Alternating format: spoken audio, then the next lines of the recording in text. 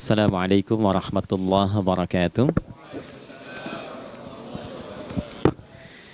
Alhamdulillah wassalatu Halo. wassalamu ala Rasulillah Muhammad ibn Abdullah wa ala alihi wa sahbihi wa man walah wa ba'd. Faya ibadallah usi nafsi wa iyyakum bitaqwallah faqad fazal muttaqun fala tamutunna illa wa antum muslimun. Faqala ta'ala ya ayyuhalladzina amanu taqullaha haqqa tuqatih wa la tamutunna illa wa antum muslimun. Keluargaku sekalian yang terhimpun di dalam Pertagas, Pertamina Gas, kita mengawali dengan bermohon kepada Allah semoga siapapun yang berada di ruangan ini atau terhubung dalam kajian ini, semoga senantiasa dijaga, diberkahi, dan dilindungi dalam kebaikan oleh Allah Subhanahu wa Ta'ala. Kita doakan yang bertugas di luar kota. Tadi saya dengar info juga Pak Direktur sedang di Semarang. Semoga giatnya dimudahkan oleh Allah dan semoga diberikan keberkahan. Ada satu bagian yang penting amanat Nabi di hadis Muslim pada satu sifat kepemimpinan. Bahwa di antara sifat pemimpin dan yang dipimpin itu harus selalu membangun kekompakan dengan nilai cinta dan doa. Ini yang sering dilupakan. Nabi pernah menyampaikan dan penyampaian ini, hadis ini didokumentasikan oleh Imam Muslim dalam satu kalimat yang singkat, padat tapi mengikat. Khiyaru a'immatikum man tuhibbunahu wa yuhibbunakum. Pemimpin yang baik itu adalah pemimpin yang kalian mencintainya dan ia pun mencintai kalian. Nah, membangun cinta itu salah satu jembatannya dengan doa.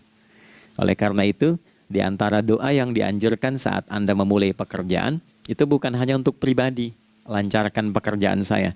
Tapi juga sehatkan pimpinan saya, pimpinan mendoakan sehatkan anggota saya, sehingga semua itu melahirkan sifat harmoni yang memberikan kenyamanan dan kebahagiaan dalam bertugas.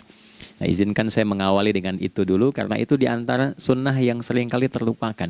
Sehingga bekerja itu lebih banyak dilakukan dengan tekanan menyelesaikan tugas dibandingkan dengan rasa cinta untuk bisa memberikan nilai ibadah di dalamnya. Yang kedua, semoga sholat kita diterima oleh Allah Subhanahu wa Ta'ala. Nah, yang kedua ini tidak cukup dengan amin. Kita harus tahu dulu standar penerimaan itu seperti apa. Dan yang kedua, kenapa harus sholat? Ini poin pokoknya. Mengapa sih umat Islam itu cukup hanya misalnya dengan bersyahadat saja dipandang sudah berislam, lalu berbuat baik? Kenapa mesti ada sholat? Kenapa bahkan yang pokok sampai 5 waktunya? Dan jumlah rakaatnya pun diatur sedemikian rupa sampai teknisnya pun dijelaskan dengan rinci. Saking rincinya, bila ada yang menyimpang dari rincian itu, maka dianggap sholatnya tidak sah dan mesti diulang. Shallu kama ra'aitumuni usalli. Sholatlah kalian seperti kalian persis melihat aku menunaikan sholat. Dan dalam sholat inilah kemudian ada sanad yang tersambung secara ketat sampai-sampai dalam hadis Muslim nomor hadis 397. Demikian di Al-Bukhari juga diabadikan di nomor hadis 757 oleh sahabat Abu Hurairah. Sanadnya tersambung kepada Khalad bin Rafi Az-Zuraiqi, seorang yang sholat di samping Nabi tapi bermasalah sholatnya. Lalu Nabi meminta beliau untuk mengulangi sholatnya. Sampai 3 kali peristiwa itu hingga beliau berkata, ya Rasulullah au kama qala alimni ma uhsinu ghairah. Ya Rasulullah, tolong ajarkan kepadaku karena aku tak punya pengetahuan lebih dibandingkan dari apa yang telah aku kerjakan. Nah, dari dasar ini melahirkan satu pertanyaan kritis ya, dan juga perlu argumentasi yang kuat secara syariah mengapa kita menunaikan ibadah salat. Baik teman-teman sekalian, karena waktu kita sangat padat ya, kita manfaatkan sebaik-baiknya. Saya mohon izin kajian kita akan lebih fokus kepada inti materi sehingga manfaatnya lebih banyak kita dapatkan. Salat satu-satunya amalan di dalam Islam yang mencakup 4 bagian pokok dalam beragama.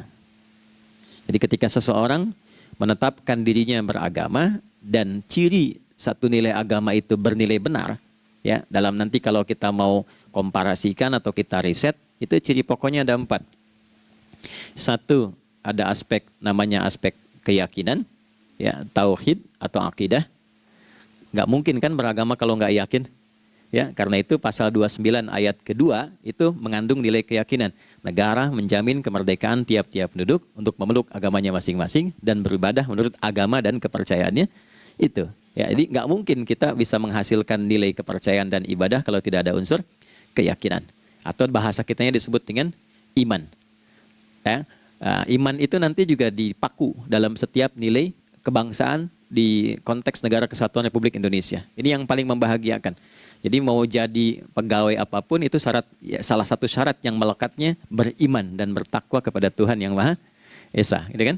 Ya, kemarin saya di BPK itu ada 11 bab Romawi, 40 pasal. Ya, di bab yang keempat pasal 13 tentang pemberhentian dan pengangkatan itu ada 11 poin A sampai K. Di poin B yang keduanya syarat menjadi bagian dari anggota BPK itu beriman dan bertakwa kepada Tuhan Yang Maha Esa. Baik, di Undang-Undang Pendidikan Sisdiknas nomor 20 tahun 2003 itu kalau kita baca dari poin menimbang ada 4, di poin B-nya saja sudah ada iman. Ya, Undang-Undang Dasar 1945 mengamanatkan pemerintah mengusahakan satu sistem pendidikan ya nasional yang meningkatkan keimanan dan ketakwaan pada Tuhan Yang Maha Esa serta akhlak mulia, baru mencerdaskan kehidupan bangsa.